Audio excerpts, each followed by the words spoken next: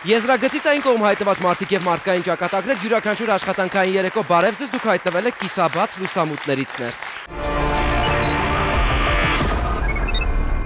Ռիփսիմե Սաֆարյանի կյանքում դժվարությունները սկսվեցին ամուսնությունից հետո։ Չդիմանալով ամուսնու ճնշմանը, տիկին Ռիփսիմեն երեխաներին մեծացրեց միայնակ, սակայն ճակատագիրը բազմաթիվ հարվածներից հետո կրկին շարունակեց խաղալ իր դաժան խաղը։ Դաժան պայմաններում մեծացրեց տղաներին, իսկ հիմա էլ մեծացնում է թոռանը։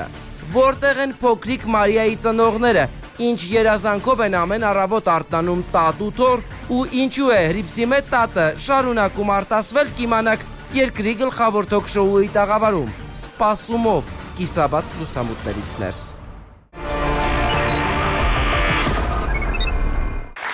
Ամենից հաճախ լսող բառը այս տիկնոջ դեպքում տատին է եւ Ռիփսիմե տատին այսօր մեր տաղավարում է բարի երեկո տիկին Ռիփսիմե։ Բարև ձեզ։ Նախ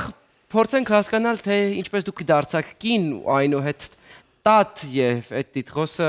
կարծես հպարտությամբ եք կրում։ Իհարկե։ Երբ ամուսնացաք։ Ես բավականին երկար տարիներ 18 տարեկան էի, ամուսնացել եմ պատահական, ամուսնություն ա եղել, քաղաքացիական։ Մենք ապրել ենք շատ լավ ամուսնուս հետ։ Այնքան լավ, որ բաժանվեցիք։ Դեռ հետո ինքը մասնակցելով Ղարաբաղյան պատերազմին կոնտուզիա էր ստացել, դրանից հետո իր ամբողջ այդ հասկացողությունը դեպի ընտանիք փոխվեց։ Ինչ իմաստով փոխվեց։ Իրան համար մենք դարձել ենք արդեն երկրորդական։ Իսկ ինչն էր առաջնային այդ դեպքում։ Հարբեցողությունը, կին, ուրիշ կին, ասված բառը, մոռացել էր լրիվ ընտանիք, կին, երեխա, իրան համար դուրսն էր։ Դուք դա վերագրում եք կոնտուզիային։ Դե ինքը պատճառաբանում էր, ասենք իր ընտանիքը պատճառաբանում էր, որ դրա հետևանքը իր կոնտուզիան է, մեր երեխան մեղավոր չի, որ ասենք քայքայվում է ձեր ընտանիքը, իր հիմնական պատճառը մենք ոչինչ չենք կարող անել, որ դա է։ Միևնույն ժամանակ բացի ձեզանից նա պատասխանատվություն էր կրում 5 զավակների համար, ու մինչև այդ դուք արդեն լույս աշխարհ էիք բերել 5 արու զավակներ։ Այո։ Ինքը, ասենք, որպես մինչ այդ կռիվը, ասենք, ինքը որպես անուշադիր ծնող չի եղել։ Ինքը ուշադիր է եղել, ընդունել է, սիրել է, բայց դրանից հետո մի բան իր մեջ արդեն այն չէր, ինքը առաջվանը չէր, ինքը լրիվ փոխվել էր, լրիվ ամբողջապես էր փոխվել ինքը։ Երբ հասկացաք, որ դուք որպես կին նրա կողակից, ընկեր, կյանքի կես, այլևս վերը թվարկվածը չեք կարող վերագրել ձեզ, եւ ճիշտը ճանապարհից շեղվելն է ու բաժանության գնալը։ 1993 թվականին, երբ որ ինքը ամուսինս գտնվում էր Պերմսկի օբլաստ Պիլվագյուղում, կանչեց իրան մոտ, այդ արդեն բաներից հետո իրան մոտ ես վերկացա, իմ արդեն ծնված գորի Սաֆարյան գորի հետ, որդուս հետ գնացինք իրան մոտ Ռուսաստան, Պերմսկի օբլաստ, այնտեղ ինքը էլի ոչինչ ինձ ընդունեց, շատ զարմանալու էր, ասեցի ես որ գնամ, միգուցե այդ ամբողջ ինչ կորցրել էի ետ բերեմ, այնտեղ արդեն ինքնուրույն որոշում կայացրեցիք, վերկացաք գնացիք Ռուսաստան։ Մամայի հետ քննարկեցինք, մաման ինձ թույլ տվեց, որ Ձեր մայրը թե իր։ Իմ մայրը, ես արդեն մեր տանն էի, որովհետև այդ իրանց տան էլ հնարավոր չէր։ Օրեր շարունակ ես սոված եմ մնացել, ինձ որպես իրանց տան հարս անտեսում էին։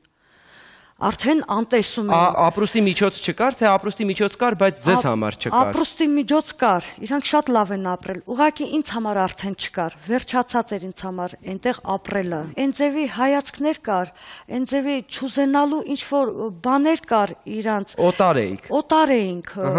Ես ինձ արդեն օտարացած էի զգում, ինձ համար այն վիճակը, որ ստեղծվում էր սեղանի շուրջ, ես գտնում էի ավելի լավ է ես այդ սեղանին չմոտիկանամ, այդ հացը չուտեմ, քանց ես մոտիկանում եմ, ուտում եմ։ Ես էլ այդ տանը չէի կարողանում ապրել, ես ուղղակի վերկացա, որոշեցի, որ ես պետք է գնամ իմ մամա, իմ հարազատ օջախը, իմ ծնողների մոտ,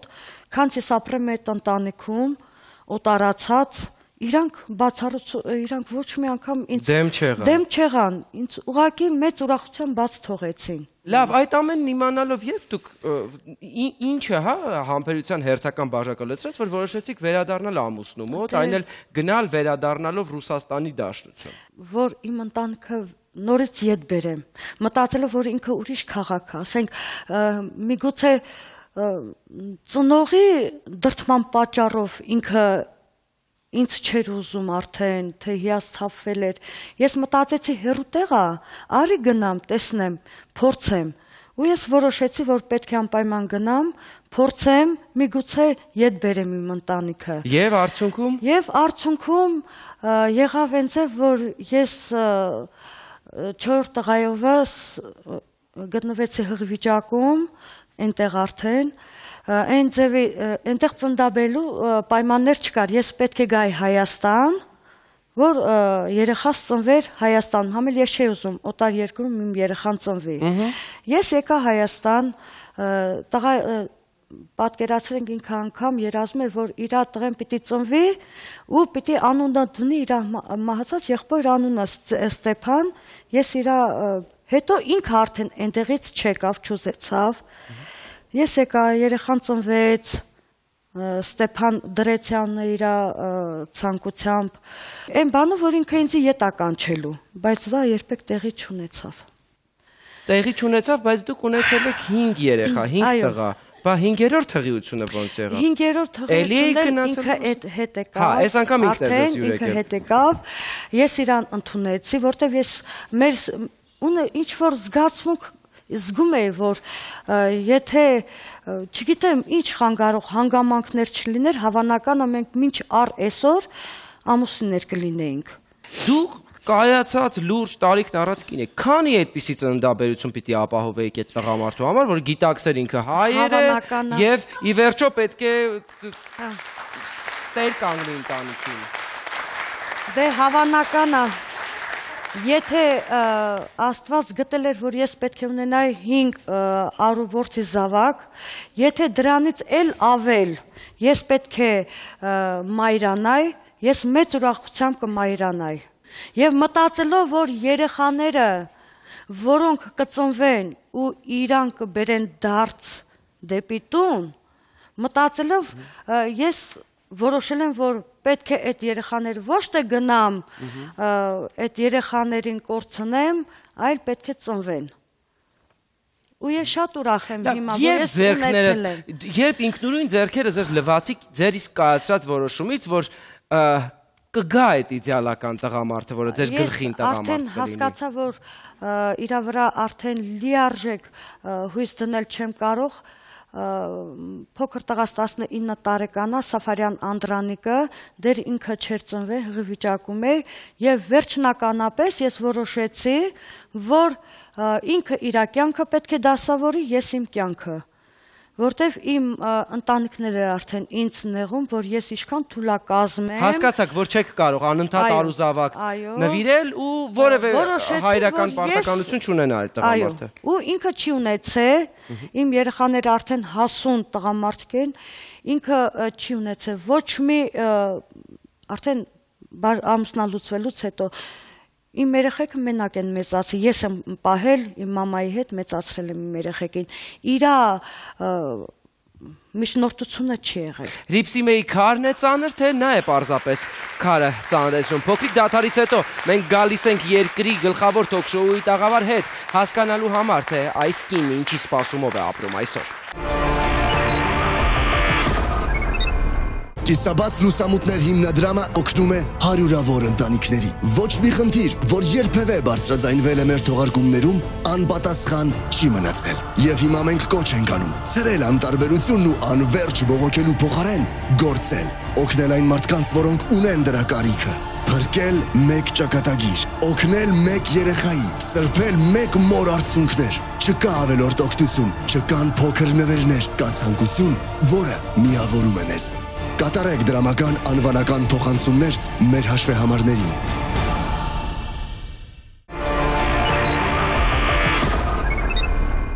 Դուք դիտում եք կիսաբաց լուսամուտները, շնորհակալություն ուշադրության համար։ Մենք վերադառնում ենք երկրի գլխավոր թոք-շոուի տաղավար։ Հիշեցնում եմ ձեզ կիսաբաց լուսամուտներ բարեգործական հիմնադրամի մասին։ Այն ստեղծված է, որպեսզի մենք միասին կարողանանք օգնել այն ընտանիքներին, ովքեր դժվար կացության մեջ են եւ այսօր մեր օգնության կարիքն ունեն։ Կատարեք անվանական դրամական փոխանցումներ այն հաշիվներին, որոնք դուք տեսնում եք այս պահին ձեր էկրանների ներքևի հատվածում։ Կամ զանգահարեք թեժգից 060 50 33 17։ Վերադառնում ենք տաղավար։ Եվ այսպես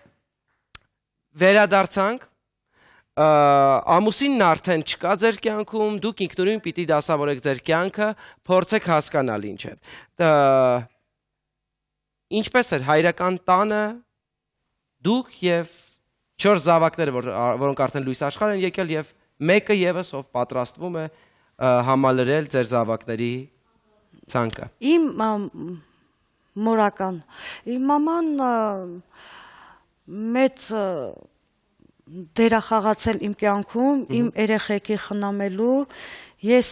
ճիշտ է 5-րդ տղաս որ ծնվել է, ես պարապ չեմ, ասենք աշխատել եմ, ամեն դեպքում ես գերադասել եմ աշխատել, տանը չեմ նստել, աշխատել եմ, մամաս իր դերակատարությամբ, իր այդ սերը լրիվ ամբողջը իմ երեխեքին ա տվել, կարելի է ասել ինքն է մեծացրել, ես աշխատել եմ, իմ մաման պահել է, խնամել է, շատ խնդիրների պատճառով տունը վաճառում եք։ Խնդիրների պատճառով տունը վաճառեցինք հայրական տան Շինգավիթում, տեղափոխվեցինք Խարբերդ, Նոր Խարբերդ դաչեք, այդ դոմիկը, այդ ժամանակ այդ գնի, ասենք դա էր հարմար։ 1998 թվին տեղափոխվել ենք, մեր ձեռքի եղած գումարով կարողացել ենք այդ դոմիկը գնել։ Ձեր որդիներից մեկը, ով այս պահին ձեզ հետ է, ապրում է նույն քաղաքում, մնացածի մասին մենք կհասկանանք միասին մի քանի րոպեից, եւս այստեղ է Կարենին Սաֆարյան դիմավորենք։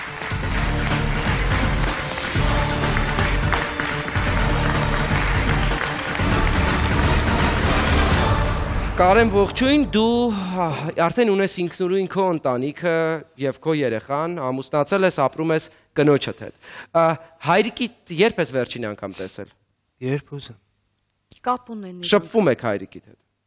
Ընդունել ես հորդ ու մորդ բաժանությունը, հասկացել ես պատճառները, թե նրանց անհամաձայնությունները քեզ չի խանգարել հայրիկիդ։ Պատճառը ինձ չի խանգարել, մի չի ստացվում։ Նորմալ է։ Ինչն է խնդիրը քո ու քո ընտանիքի, որ դուք այս կարգավիճակն ունեք։ Այսօր դու ես եղբայրներից 5-ից մեկը մի քանի տարի առաջ ավտովթարի պատճառով մահացել է, երկուսը կալանավայրում են։ Ինչը չստացվեց այնպես, որ պիտի լիներ։ Ուժը, ուժ չունեցան էլի։ Եթե մի քիչ ուժ ունենայի, ցանկություն որ կարող այսօր չկա, վաղը գործելի, դա շերելի։ Իսկ մյուս եղբայրդ, որը մայրիկի հետ է ապրում։ Դե ինքը խելոք մելոք իր համար ինչ տալիս են աշխատում անում, հողա փորում, ամեն մի բան փեթա ջարդում։ Կարեն, դու կարծես շատ այսպես ինքնուրույն տղա ես, քո խոսքերը մեղադրանք են, թե այնուամենայնիվ դու ուղղակի փորձել ես ժամանակին, ինչպես քո համար, այնպես էլ եղբայրների համար, գոնե խոսքով ճանապարհ հարթես, ասես, որ ճանապարհը, որը բռնել են այդքան էլ։ Ինքնուրույնություն, որ շեշտեցիք, դա երևի նրանից է, որ ես 11 տարեկանից մետրոներում թերթ եմ ծախել, հետո որ սկսեցին արգելելը փողոցներում, միջև եմ ել։ Ու հիմա էլ շրջիկ վաճառում ես։ Վաճառում։ Ինչի վաճառքով ես զբաղվում։ Մեքենայի հետ կապված եմ, մեջը հոտել է տարածում։ Ահա։ Դες բաներ եմ առնում ծախում։ Տիկին Իրիպսիմե, դուք այսօր ձեր թորնիկի հետ եք։ Այո։ Չկա ոչ հայրը եւ չկա ոչ էլ մայրը երեխայի։ Հայրը կալանավայրում է։ Մայրը ազատ կյանք է վայելում։ 3 ամսական հասակից երեխային ես եմ պահում։ Շուտով կլինի գալու ամիս կլինի երեխան 4 տարեկան, մինչ օրս իմ խնամքի տակը ես եմ պահում երեխային։ Ազատ կյանքով նկատի ունեք նա իր կյանքն է փորձել դասավորել երեխային թողելով ձեզ մոտ։ Ինքը ուղիղ ճանապարհով չի քայլում։ Ինքը իր կյանքը շեղված է։ Ամբարո կյանքով է զբաղվում ինքը։ Տեսնում է երեխային, շփվում է երեխայի հետ։ Ամիսը մի անգամ, 2 ամիսը մի անգամ, երբ որ կարողանում է, այդ ժամանակ գալիս է։ Գալիս է տեսնում է։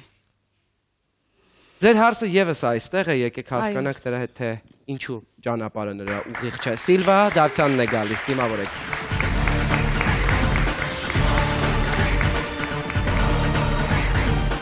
Ես կխնդրեմ օպերատորին ցույց տալ, թե ինչ է կատարվում կուլիսներում։ Հավատացեք դրամաշահեկանը մտնեք, ասելիքը ձեր ասեք համաձայն չեք, կամ համաձայն եք։ Հիմա տեսնենք, թե Տիկին Սիլվայի դեպքում ինչն է բողոքի։ Բարև ձեզ, Տիկին Սիլվա։ Ինչն է խնդիրը, եթե ինչ-որ բանին դեմ եք, խնդրեմ համեցեք, ասեք դրա մասին։ Սիլվան հրաժարվում է տաղավար մտնել, երևի թե, չգիտեմ, գիտակցել է այն ամենը ինչ եղել է կամ ցանկություն չունի, մտկափող եղավ այն խոսակցությունից, որը այստեղ լսում է այդ թվում նաև խոսքերին, որը իր հասցեին էին հնչում։ Հավանական է, եթե իրան դրդող պատճառ չլինի, այսինքն դրդող պատճառ կողքից, եթե իրան չասեին, որ այդ ազատ կյանքը ավելի լավն է, քան ընտանիքը, ինքը լավ աղջիկ է, ինքը կկարողանար ընտանիք ստեղծել։ Բայց ինքը շատ էր լսում ընկերուհի ասված բառին, իրանք պայքարել են իրար համար, իրանք դաժե իմ տղան իմ դեմ է դուրս եկել, ինքը իր ծնողների դեմ է դուրս եկել, ծնողները վերցել են պահել են դուռ են ջարդել, որ իրար հանդիպեն, իրար հասնեն, այդքանից հետո նման բան ես չէի սպասի, դե միգուցե հենց դրա համար պատճառ դարձավ, որ երեխուն ուղղակի հանձնեց ինձ, որի համար ես շատ ուրախ եմ, այդ երեխան իմ ապրելու իմաստն է, իմ կյանքն է, որ հիմիկվա դրությամբ եթե ինքը փոշմանի էլ անգամ, ես իրան երեխա տվողը չեմ։ Երբեք այդ դա բացառված է, ես իրան օրինական կարգով խնամակալն է երեխայի։ Շատ շուտով։ Թաղապետարան արդեն զբաղվում է այդ հարցով։ Շատ շուտով։ Երեխայի հայրը, 4-ամյա այդ աղջկա հայրը, որը կալանավորում է, որքան ժամանակ դեռ պիտի պատիժը կրի։ 1 տարի 8 ամիս։ Ինչի համար է դատապարտված։ Բնակարանային գողության համար է, բայց ուղղակի ինքը չկարողացավ ապացուցել, որ ինքը անմեղ է։ Ու ինքը շատ էր ուրախացել, որ ինքը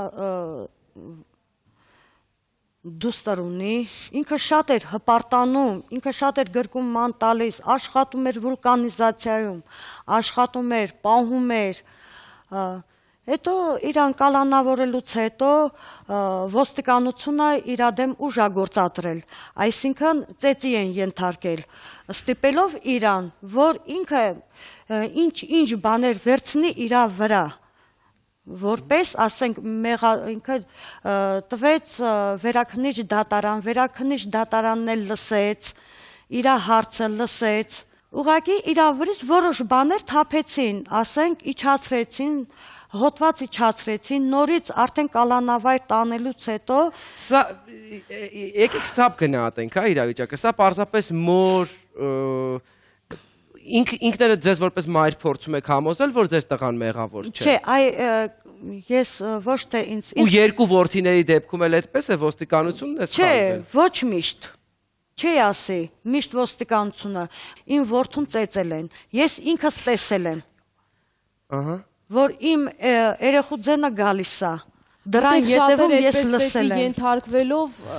կալանքը կրելուց հետո էլ հետ են գալիս, շատ լավ իմանալով, որ կարող են էլի ծեծի ենթարկվել, միևնույն է գնում են եւ կատարում են հաջորդ գողությունը, հերթական։ Այնպես որ դա ինչ կապ ունի ծեծելը, իհարկե վատ բան է, բայց երեխա ունենալը իհարկե շատ լավ բան է, 5, 6, 7, բայց նաև դաստիարակությունը պետք է տեղին եւ ժամանակին հասցնել, որպեսզի ոչ հարսը ընկերուհուն լսի, ոչ էլ տղա տղան ընկերոջը լսի եւ Հարցի համար ես չեմ կարա պատասխան տամ։ Եթե հարցին ընկերուհին է շեղել, ուրեմն ձեր տղային էլ ընկերն է շեղել։ Կներեք, իմ երեխաները ով ում հետ է շփվում, ինչպիսի շրջապատում է գտնվում, ինչ է այս գլխում հասունանում, ինչ ծրագրեր, հասկանում եք, շատ լավ բան է կարել երեխաներ եք ունեցել, դա ողջունելի է ինչ խոսք, բայց այսօր շատ ես ունեցել եմ նորմալ ողջունելի չէ, մեկը մահացել է, շատ ցավում եմ, երկուսը գտնվում են կալանավայրում։ Մեկը մահացել է, իսկ որ այդ ավտովրաերթի պատճառ դարձողը այսօր ազատ ինքը իր կյանքն է վայելում $10,000 իմ ջահել երեխուն հանձնեցի հողը, այդ ոնց կբացատրեք։ Կարող եք բացատրել։ $10,000 ինչ նկատի ունեք։ $10,000 որ քնիչը վերցրեց դրեց իր գրպանը, թեպետ ես չէի բողոքում։ Ինձ պետք չէր, որ այդ տղեն գնար նստեր, բայց վիրավորականը ու ցավը, որ այստեղ կա, այն, որ իրանք այն բանից որ ես չէի բողոքում ու վերցրեցին $10,000 դրեցին իրանց գրպանը, Ինչպես եք իմացել, որ խոսքը 10,000 իրանք ասեցին, իրանց բերանով։ Հենց այդ մարդիկ, ովքեր Վրաերթ կատարողը կատարողի բարեկամները։ Տիկին Ռիփսիմե, դուք ձեր որդու մահվան մասին իմանում եք 02 լրատվականից։ Այո։ Ես փնտրել եմ Մի քանի օր անց։ 5 օր անց։ Դեպքից, այո։ Ես երեխեն, որ ամսի 11 թվականի հունիսի 23-ի գիշերը տուն չեկավ երեխեն, որտեվ իմ երեխեքը ամեն դեպքում չեմ բացակայել իրանց երբեք, եթե մի տեղ էլ գնալուց են եղել ուշանալուց իմ երեխեքը անպայման ինձ ասել են, որ մամա, ես բացակայելու եմ։ Այդ օր երեխեն ուշացավ, չեկավ, մենք չքնեցինք, անգամ հորը խաբար արեցի, հայրը եկավ ամուսինս։ Ամբողջ քաղաքով փնտրել ենք, ոստիկանություն ենք, որ ամբողջ ոստիկանությունը արդեն կուրսի էր, սաղին տեղեկացրել էին, որ նման անուն ազգանունով, եթե ինչ որ մեկը գա, հարցնի, ասեք, որ սենց դեպք է պատահել, բայց մեզի չգիտեմ ինչի այդ ոնց կարելի է բացատրել, ոչ մեկը մեզի չտեղեկացրեց այդ դեպքի համար, որ հա, մենք գիտենք, հիվանդանոցում ձեր տղան պարկած ավտո վրա երթ է եղել, Մենք արդեն ես իմանում եմ 02-ով, տեսնում եմ իմ երեխուն մահացած արդեն։ Տիկին ջան, դուք նոր բացատրություն եք պահանջում, չէ, ասում եք, ինչով կբացատրեք, բայց դուք չեք բողոքել։ Ու այստեղ որ քրեական գործով վարույթը կարճվել է, բայց իրանք $10,000 մի րոպե գիտեք ինչի համար են իրենք տվել է $10,000-ը։ Այդ դուք բողոքեք, կեղծեն։ Թող կեղծեն, բայց ինչ է կեղծեն, որ դուք չեք բողոքել։ Ինչի չեք բողոքել։ Կեղծեն, որ ինչ ժամարագությամբ ընթացել ավտոմեքենան։ Կեղծված է, այստեղից պարզ երևում է, որ կեղծված բաներ կան, փաստերը։ Որտեղ երեխուս կարային փրկեին։ Եթե նա հիվանդանոց հարցրել հարցրել է, եղել իրանք էլ տեր չէին կանգնել, որ իմ երեխուն փրկեին, դեղերա պետք եղել։ Համապատասխան բուժում չեն արել, որ իմ երեխեն այնպիսի վնասվածքներ են եղել, կյանքի հետ հավանականը հենց այդ $10,000 կեղծումն է։ Բայց եթե այսքան կեղծիկ կա, ինչի չեք բողոքել։ Ինչ բողոքեմ։ Այսինքն ո՞նց ով կլսի ինձ։ Բացատրությունելու Եթե գումարը մեջտեղը կա, բողոքեք, կլսեն, չեն լսի, դա այլ հարց է։ Բայց ինչ օգուտ, եթե ինձ պետք է լսեն։ Իմ քայլը, այդ քայլը էլ ինչ օգուտ ունի։ Օգուտ ունի, դուք հիմա էլ կարող եք կներեք, հա մի րոպե, դուք հիմա էլ ժամանակ ունեք, դուք կարող եք բողոքներ կայացնել, որտեղ այս փաստերը, որ գործը քրեական կարճվել է, անհիմն փաստեր են։ Դուք որպես երիտասարդ ունեք այդ հնարավորություն, եթե ուզում եք ձեր եղբոր համար ինչ որ բան արածել, կարող եք բողոքել։ Իսկ ասում եք ինչ բողոքել, բողոքելու հիմքեր ունեք։ Վախը, որ իրանք կարող է վնասել իմ ընտանիքին։ Ինչի վնասել։ Չգիտեմ։ Դե ամեն մեկը եթե ավտովրայերթի թարգետով վախացնի, տենց ոնց կլինի։ Եկեք չզարմանանք, վախը կա շատ ամեն սովորական ինֆորմացիայի համար,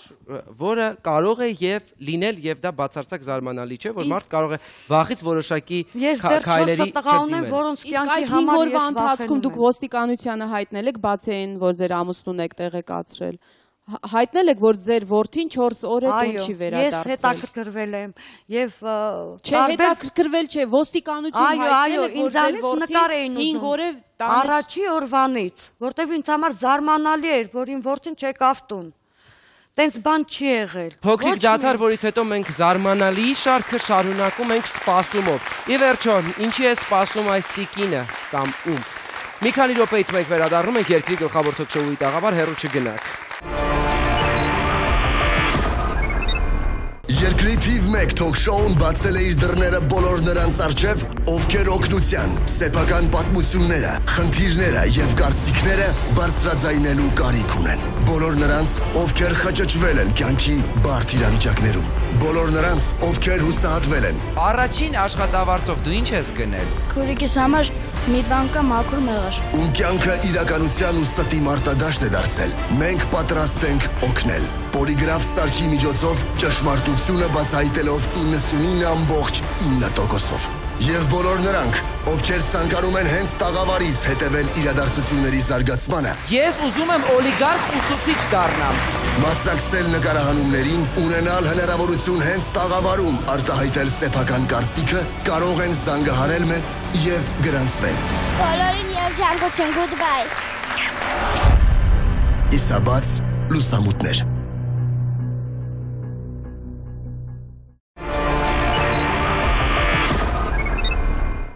Սպասումով կիսաբաց լուսամուտներից ներս բարի երեկո, եթե նոր եք միացել մեզ եւ շնորհակալություն ճիշտ ընտրության համար, ծանոթացեք թեմային։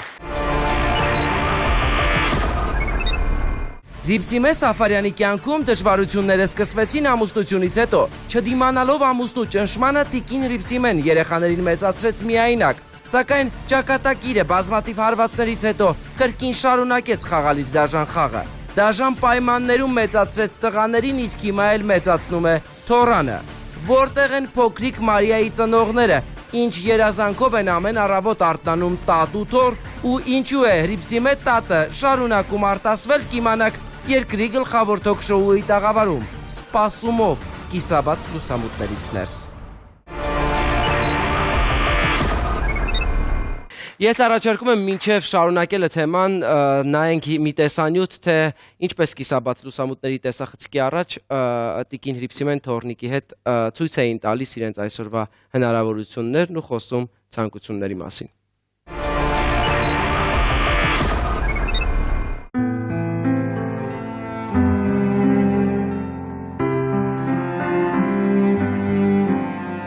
Հավաքում եմ, այս երկու օր լվանում եմ, տանում եմ գոնե հացի փող հելնում ա։ Էլի ալումինա։ Տանում եք, հացում եք, հացը կան։ Ահա, տանում ենք, հանձնում ենք։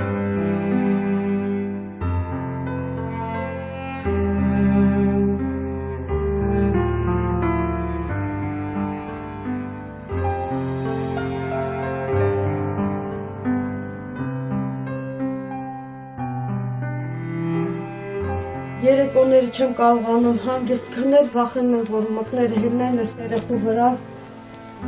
ամբողջ մկան բուն է։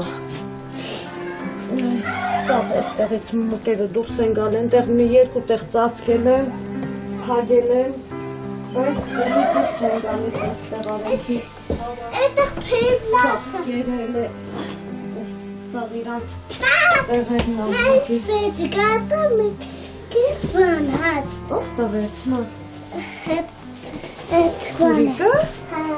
Բա ասեցիր ապրես։ Հա։ Հա։ Ապրես։ Անգամ տղայիս դին տանը դրված մարդ էին ուղարկել, որ ասա խաբարարա թող փող մուծի, երեխեն սեղանի դեմ։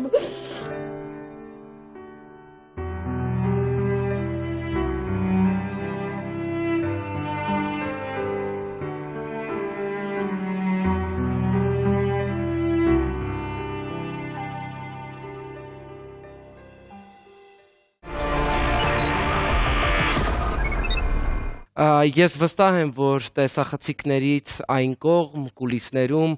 երեխայի Մարիայի մայրը Սիլվան, ով պարզապես հրաժարվում է ներս գալ, եթե հասկանալով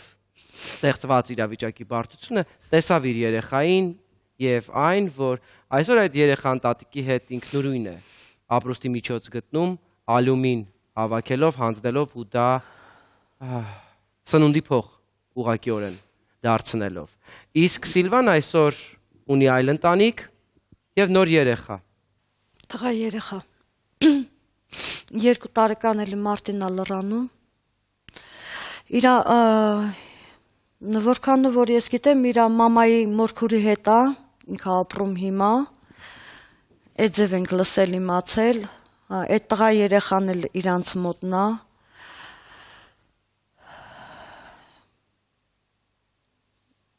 շատ բան չգիտեմ ես, այսօրվա իրա... Եվ որքանով է հետաքրքրվում իր դստեր ճակատագրով, ինչ է ուտում? Ոչ հաճախակի, բայց որ ասենք, այդ հազվագույն դեպքերում էլ որ գալիս է, ինձ հաղորդում է, որ Սիլվան լաց է լինում կուլիսներում, ես անհասկանալի եմ դեռևս համարում նրա բացակայությունը տաղավարից։ Եթե Սիլվան այնուամենայնիվ համարձակություն կունենա խոսելու սեփական արարքների մասին եւ գուցե եւ անարժան քննադատություններ տեղի ունենում, կարող է մտնել ներս։ Միգուցե, չգիտեմ, իրան միշտ էլ ընդունել եմ ինքը, որ մեր տուն ա եկել երեխուն տեսնելու, ես իրան միշտ էլ ընդունել եմ եւ ես իրան չեմ քննադատել։ Այսինքն ձեր հարցը ամուսնացել է երկրորդ անգամ, որտեղ է նրա երկրորդ ամուսինը։ Որտեղ որ առաջին են երևի։ Չգիտեմ։ Կան ինչի եք այդպես ասում։ Որտեղ երկրորդն է չկա։ Երեխեն կա, ինքը չկա։ Որտեւ եթե այդպիսի կնոջը պետք էր ազատություն, երկրորդ ամուսինը առավել եւս պետք չէր։ Չասենք ամուսին, հա, ասենք տղամարդ, որտեւ ինձ թվում է հիմա իրական ամուսինները մի քիչ վիրավորվում են, երբ որ դու ես ամուսին։ Տղամարդիկ են վիրավորվում, Հրաչ ջան, արական սերի ներկայացուցիչ։ Այստեղ նայում եմ ձեզ ու երևի գիտեք ինչի շատ ցավում եմ, որտեւ յուրաքանչյուր տղա երեխայի հայր է պետք, իսկ 5 տղաներին ուժեղ հայր։ Ձեր պարագայում ոչ միայն ուժեղ չի, այլև ֆիզիկապես բացակայում է։ Ու այդ ամեն այս տրագեդիան ունի շատ, սա պատճառահետևանքային կապը ու խորը արմատներ ունի շատ, ու այն որ դուք հիմա ձեր փոքրիկ թորնիկին եք մեծացնում, իսկապես դա միգուցե ձեզ Աստված է այդ հնարավորությունը տվել, որպեսզի դուք ձեր մենակության հետ ուղղակի չգժվեք։ Այդ երեխային օգտագործի կինը, որպեսզի կարողանա ինչ որ չափ կյանքի դժվարությանը դիմակայել։ Իսկ հարցի համար մի բան իսկապես ինձ համար մութ է մնում, շատ սխալ անել է այդքան դատապարտելի չէ, ինչքան է սխալը չընդունելը։ Իսկ ինձ համար ավելի վատ է սխալի վրա սխալ գումարելը։ Հենց հիմա գործողությունները զարգանում են նաև կուլիսներում, երբ մայրիկը հանդիպել է դստերը եւ թորնիկը պարզապես կարոտում է տատիկին, մոտ կես ժամ է չի տեսել տատիկին, գոռում է տատիկին եմ ուզում, մայրը տեսնելով դստեր այդ վերաբերմունքը տատիկին, մի պարզ արտահայտություն է կուլիսներում անում, տատիկդ մահացել է։ Սա նորմալ չի, ինձ թվում է համենայն դեպս։ Ինձ թվում է այդ կնոջ կյանքում աննորմալ երևույթներին զարմանալ պետք չէ, Հրաչ ջան, ինչն էր նորմալ, որ դա էլ նորմալ չի։ Նորմալ չի այն, որ մայրը բիոլոգիական մայրը երեխային թողում է 3 ամսական ու հեռանում։ Դա դրանով իսկ ամեն ինչ ասված է։ Դրանից հետո նա ինչ էլ անի, ես չեմ զարմանա։ Ու այն, որ նա հիմա չի գալիս տաղավար, ինձ թվում է ուղղակի նա չի գալիս տաղավար, որ իրեն եթերում չտեսնեն։ Ոչ թե ամաչում է մեզանից եւ մենք ի վերջո չոփով ծածկած աշխարհում չենք ապրում եւ բոլորս էլ գիտեինք, այսինքն հրավիրված մարդը գիտեր թե ինչի համար են իրեն այստեղ ներկա հրավիրել գտնվել պարզապես։ Իհարկե, որևէ մեկին կիսաբաց լուսամուտները մի այնպիսի կառույց չի, կառույց ասեմ, որը կարելի է թաքցնել ու չասել թե ինչի համար եք դուք գալիս եթեր։ Պարզ է դա։ Դե ես ձեր փոխարեն իհարկե երեխային չլարեք մորդեմ, թող շփվի, երեխան ինքը կմեծանա, ինքը կորոշի այդ մայրը իրեն պետք է թե չէ, որտեվ հիմա ինչքան էլ ձեր թեկուզ ձեր տղաները ինչքան էլ հոր հետ շփվեն, դուք հավատացեք, դուք կարող եք մի պահ ձեր կյանքում ներեք ձեր ամուսնուն, այսպես ասեմ, բայց երեխան իր կորցրած մանկության համար երբեք ծրողին չի ներում, դուք հանգիստ եղեք։ Չէ, ես ամեն դեպքում երեխան երբեք, ես չունեմ այդ հոգին իմ մեջ, ինքը որ ասում է Սիլվա հեռախոսով որ զանգում է, ասենք խոսում է ինքը,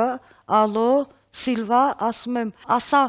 մամա, Սիլվա չէ, ինքը ասում է Սիլվա, մամա չէ, այդ երեխան ինքնակամ, ես չեմ սովորացել, ես երբեք, ես էլ եմ ծնող, ես էլ եմ մայր, ես երբեք այդ երեխուն այդ տեսակետով չեմ դրթի։ Մարիան գիտի ուր է իր հայրը։ Գիտի։ Գիտի ուր է մայրը։ Ասում է ինքը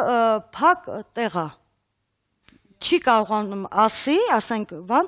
ասում ենք ինքը բանը իրան փակել են, պահել են,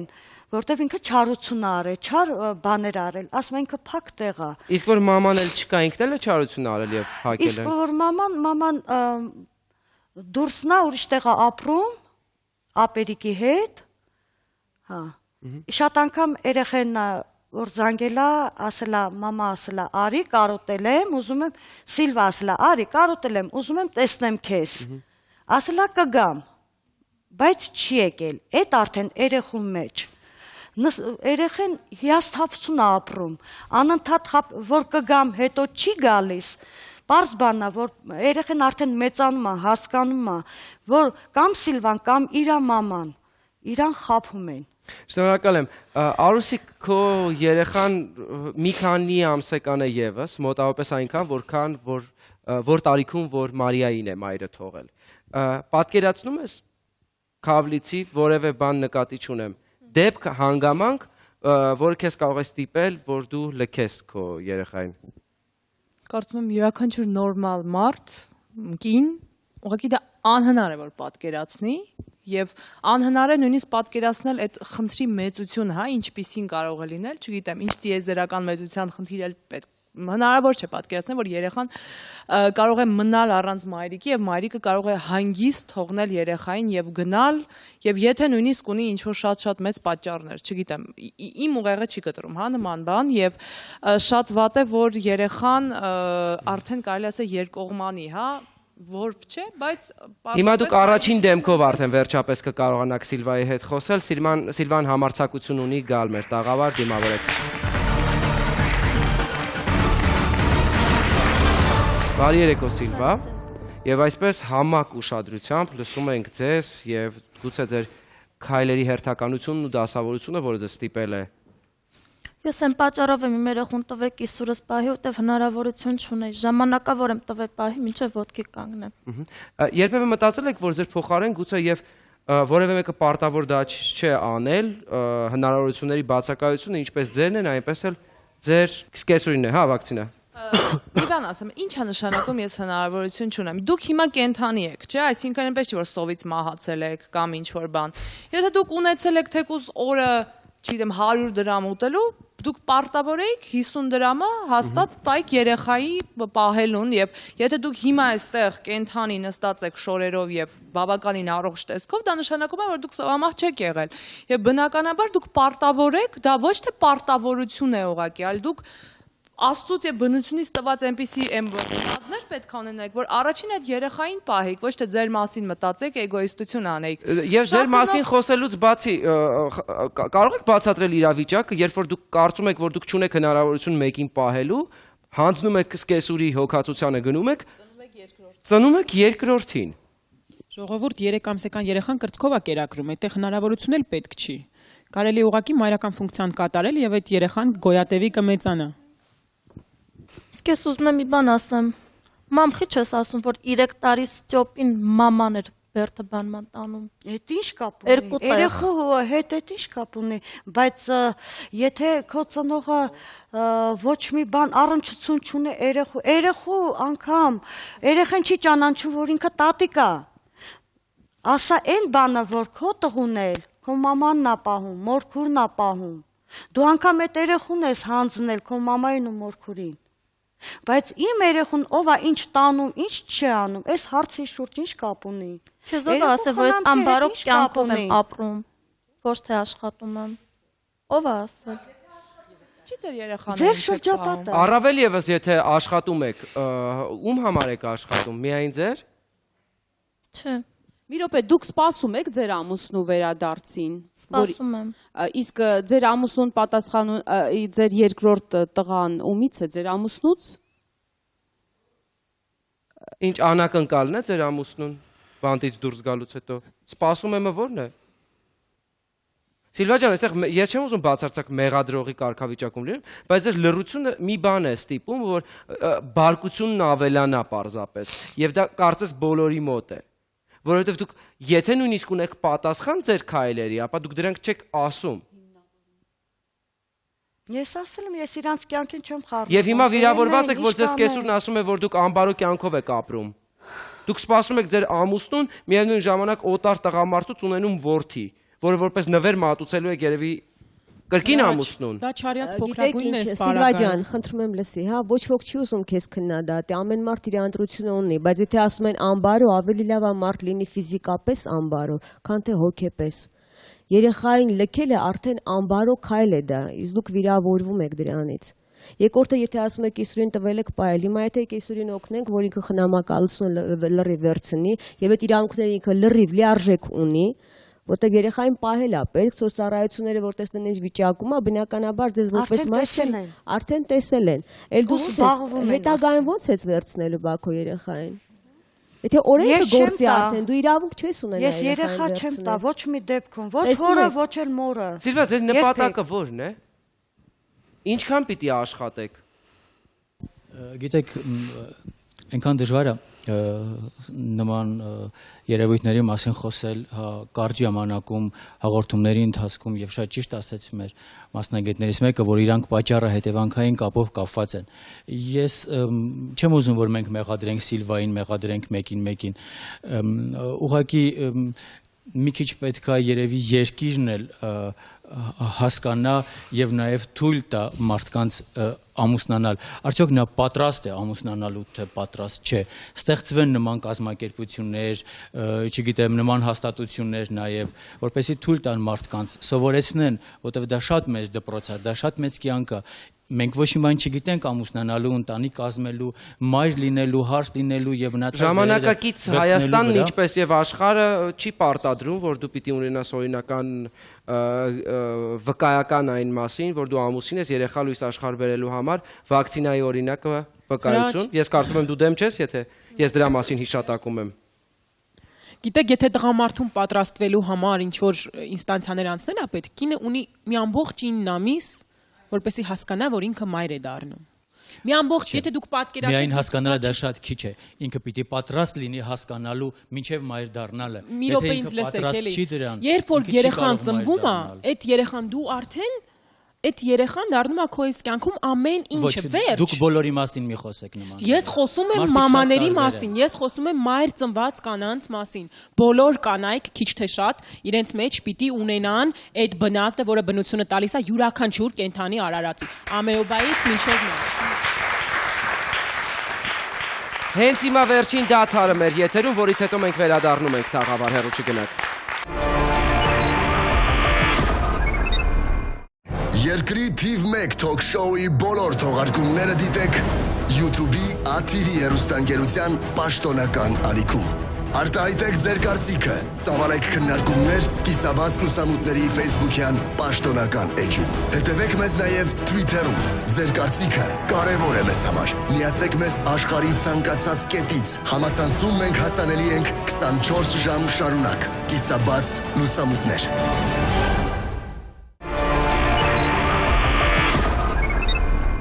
Շնորհակալություն, որ ընտրել եք կիսաբաց լուսամուտները, մենք վերադառնում ենք եւ փորձում հասկանալ ինչի սպասումով կարող է ապրել այս ընտանիքը եւ տատիկը Թորնիկի հետ։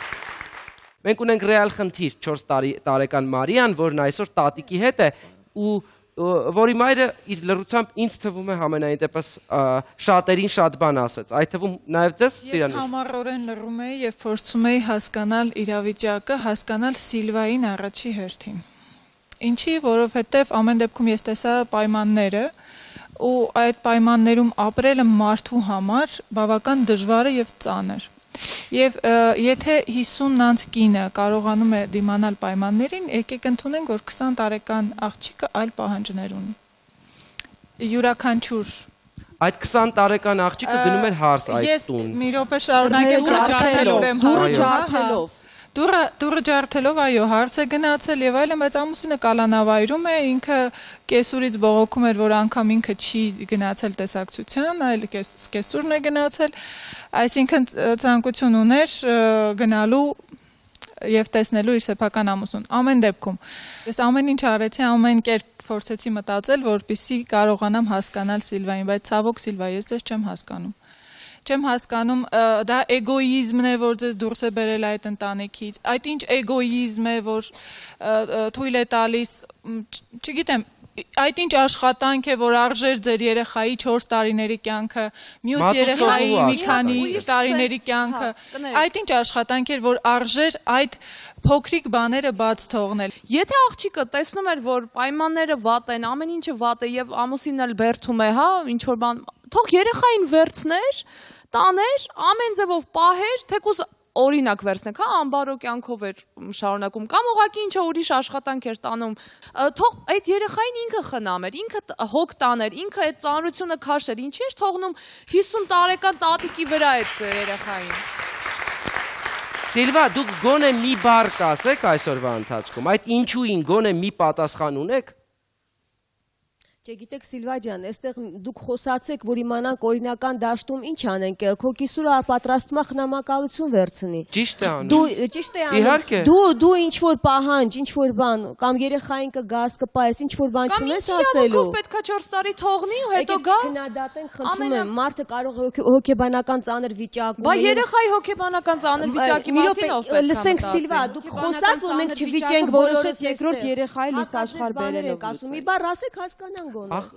Կարելի է ես հարցան ես երբեք անձնական կարծիք չեմ արտահայտել, բայց խնդրում եմ տատիկներին եւ պապիկներին, որպես ռուսերեն բառակապակցություն եմ օգտագործում ներողություն, հա, բայց դրանից թափ որևէ բան չի բան։ Կամերա խրանինա չեն տատիկներն ու պապիկները երեխաների համար։ Թողես եւ գաս եւ իդեպ անվճար։ Ինքը ասում է թողել եմ գան վերցնեմ, բայց քեզ ով է թողնում դու գաս հետ վերցնես։ Երկրորդ երեխան լույս աշխարհ բերելով են լույսի։ Թողնել գալ վերցնել եկեք փորձենք հասկանալ, բայց եթե թողնել գալ վերցնել, այդտեղ պետք է աշխատել եւ աշխատավարձով պահել այդ երեխային։ Գոնե նյութապես Սիլվա ջան, կասեք ձեր երկրորդ բալիկի ինչով է տարբերվում ձեր առաջի բալիկից, որ երկրորդ բալիկին ձեր մայրը պահում է, այս առաջինին թողել եք։ Խնդրում ինձ ասեք։ Ինձ թվում է նրա մայրը հայտնի չի դրա համար։ Չի թողել սկեսուրին։ Հարգելի մայրեր, որ թույլ տաք, գուցե Սիլվան ի վերջո կարողանա պատասխանել։ Գիտեք, մենք դեռ չգիտենք Սիլվայի իսկական պատմությունը եւ ծանոթ չենք եւ մինչեւ այդ էլ չենք ծանոթացել։ Ես չգիտեմ ով է Սիլվան, ինչ մանկություն է ունեցել, ովքեր են դաստիարակել եւ ինչ են տվել իրեն իսկական լավ մայր լինելու համար։ Եկեք չքննադատենք այսօր, որովհետեւ եթե ինքը այսպեսին է, չգիտեմ, ես մեղադրեցի իրան, ինչ է փոխվում դրանից։ Ոչ մի բան։ Կարող ենք մենք պիտի օգնենք եւ Սիլվային եւ կնոջը ու մոտ շատ մարդկային գծեր կան ու ես շատ հավանեցի ու սիրեցի որ պահել է իր 5 երեխաներին մեծացրել եւ ինչի ենք շեշտը դրել են Սիլվային եւ ոչ նրա ամուսնուն թողել է 5 տղաների եւ գնացել է Բա ինչի՞ չեք խոսում դրա մասին։ Դա տղամարդկանց բնորոշ է շատ-շատերի։ Դե չի կարելի տենց։ Բայց ծնողը նա էլ է ծնող, չէ՞։ Ու մենք այստեղ գալիս ենք այն պատճառահետևանքային կապին, որի մասին խոսվեց ամենասկզբից։ Սիլվա, ես բազում ծնողներ, առավել եւս սկեսուրներ եմ տեսել այս տաղավարում, անկեղծ եմ ասում, ի սրտե։ Դուք առաջին հերթին պիտի ձեր սկեսուրին շնորհակալ լինեք, որ ձեր անձի առաջ չարացած չէ, որովհետեւ երբ հասնում են այս տաղավար, անբարոյական բառով չեն սահմանափակվում։ Այստեղ մենք այնպիսի բառակապակցություններ ենք լսում եւ այնպիսի կեղտոտ սպիտակեղ են, ինչը այսօր պարզապես ցույց չտալով ձեր սկեսուրը բարձրացրեց ինքն իրեն, բայց որևէ կերպ նույնը չեմ կարող ասել ցավոք ձեր մասին։ Բայց մեզանից ամեն մեկն ունի սխալվելու իրավունքը, ցավոք սրտի ձերը 4 տարի է տևում։ Բայց դրան կարող է հաջորդել 24, 40, 60 տարիները, որոնք դուք կնվիրեք դրան, որ գուցե ձեր երեխան մոռանա այդ 4 տարիների մասին։ Չգիտեմ կստացվի թե չէ։ Առաջին բանը, որ դուք պիտի անեք, դա այն է, որ ձեր երեխան պիտի հասկանա, որ դուք նրա կյանքի Սիլվան չեք, դուք նրա կյանքի մաման եք։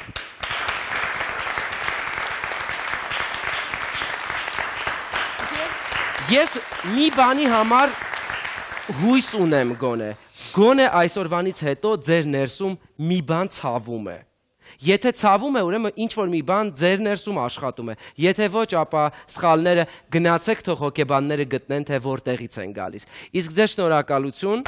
բարձր պահելու համար թե ձեր անունը եւ թե ձեր տղաների, որոնցից յուրաքանչյուրը գուցե կյանքի որոշակի էտապում իր սխալը թույլ է տվել։ Եթե դուք էլ ցանկություն ունեք կանգնելու այս ընտանիքի կողքին օգնելով, փոքրիկին ավելի արժանի մանկություն, երիտասարդություն, պատանեկություն տալու, ապա եկեք դա անենք միասին 060 50 33 17։ Մենք սպասում ենք ձեր արձագանքներին։ Ցտեսություն։